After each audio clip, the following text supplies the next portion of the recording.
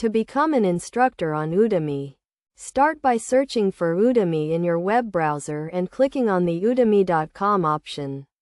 This will take you to the home page, where you'll find a category search bar and a login button. Click the login button and fill in your email and password to access your account. Once logged in, you'll see various sections, including categories, a search bar, and options for instructors. Click on the Instructor section, which will take you to a page with options for managing courses, using the Udemy app for a better mobile experience, and viewing key course metrics. You can also reply to student messages and receive instant notifications. To be a successful instructor, it's essential to stay updated on the latest tools and resources, which can be done by receiving instructor emails.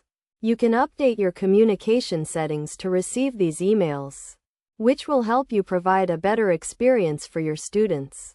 Becoming a successful instructor on Udemy ultimately depends on creating a high-quality course that attracts buyers. By following these steps and continually improving your courses, you can become a better instructor and achieve success on the platform.